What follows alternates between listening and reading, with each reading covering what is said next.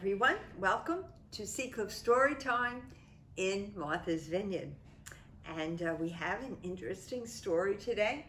Kamala and Maya's big idea. Let's find out where this story is going to take us. You know what should be out there, Kamala said to her sister Maya. Us, said Maya. A slide, said Kamala. Oh, a swing, Maya added. A playground, they shouted together. Kamala and Maya had an idea, and it was a very good idea, and it was a very big idea, and May, we're going to need some help. Wouldn't it be great if we had a playground in the courtyard, Maya said. Oh, that does sound nice, said Mama. Can we make it happen? Kamala asked. Well, I suppose the first step would be if we ask the landlord, the person who owns the building. So Kamala wrote a letter and Maya drew a picture, and they went to see the landlord to discuss their idea. The landlord thought about it for less than a second. Nah, I don't think so, he said. No. Well, that was not the answer that they wanted, but they were not ready to give up. That night, the sisters tried to think of ways to turn that no into a yes. They asked the other kids in the building, do you want a playground? Did they? Of course they did. And they had ideas too. We could have a teeter-totter, we could have a basketball hoop, we could have flowers. So Kamala wrote a longer letter, and they went to see the landlord again. Dear landlord, right now the courtyard of our building is empty. No one uses it. If there were swings, the kids could fly high. If there was a sandbox, the kids could build.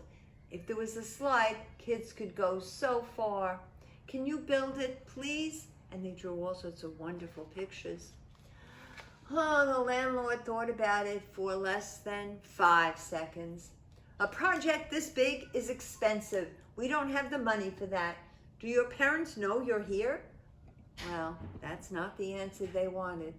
But Kamala was not ready to give up. If we ask our parents and do it all ourselves, can we fix up the courtyard? The landlord thought about it for a whole 10 seconds. Finally, he shrugged his shoulders. If you can do it yourselves, sure. That wasn't exactly the answer they wanted, but it was a start. The kids all spoke to their parents about the ideas, and they hung up posters, and they knocked on neighbors' doors. But they got the same answers from everyone. Oh, I'm sorry. Wow, that's a big job. Wish I could help. Which they knew meant no, no, no. But then Mr. Green stopped to talk with them. I work construction, and maybe I could get some lumber and some sand for a sandbox. Oh, really? Said Kamala. Okay, I'll try. It wasn't a yes, but right now a maybe was the sweetest sound they'd heard. Next weekend, maybe turned into yes. The kids all helped measure, and Mr. Green cut out the boards. They sanded and they hammered. Oh, it was great. Then they all thanked Mr. Green when Mrs. Lopez stopped to talk. You know, I work in a garage. Maybe they have extra tires that we could use for the teeter-totter. Another maybe. In the weeks that followed, lots of I don't know turned into maybes and then yeses. No one could do everything, but everyone could do something. Kamala and Maya wanted everyone to celebrate the new playground, so they made another big poster, and they invited their neighbors to a potluck party. There were hot dogs and hummus and spicy chicken and potato salad and strawberries and brownies. Mrs. Flores set up a sprinkler for the kids to run through. Mr. Green brought music. Kamala, she admired that new playground, but she noticed that there was something still missing. No one knew how to make a slide, but Mrs. Flores knew where they might find someone. I teach at Emerson Elementary School, and they're redoing their playground. Maybe we could buy their slide.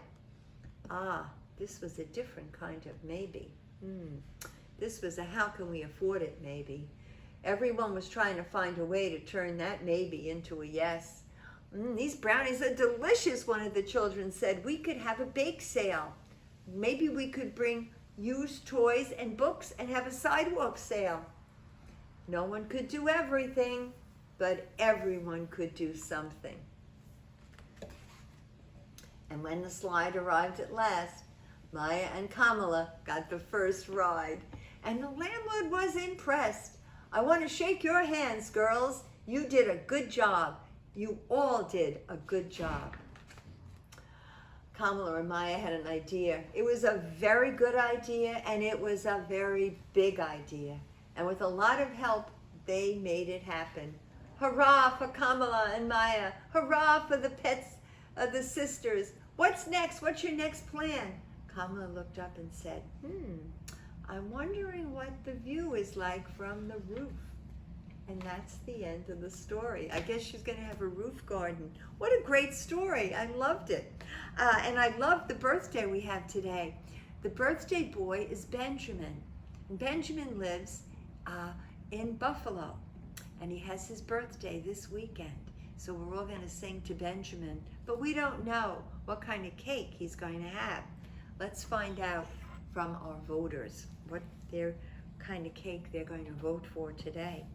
We have Maeve and Allison and Haley, Hudson, Marlo, Molly, Alice, Joseph. Joseph always votes for vanilla.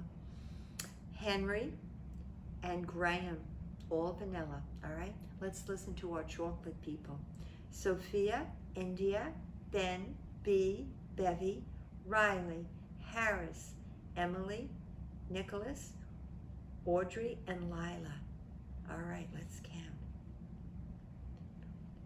We have 12 chocolate today. 1, 2, 3, 4, 5, 6, and 7 vanilla. So Benjamin, I really hope you like chocolate because it's a very chocolate cake today. And I hope you have a very, very good birthday. Shall we sing now? Let's. Happy birthday to you. Happy birthday to you. Happy birthday, dear Benjamin. Happy birthday to you. All right, thank you, Cameraman Dan. And remember, I love you all very, very much.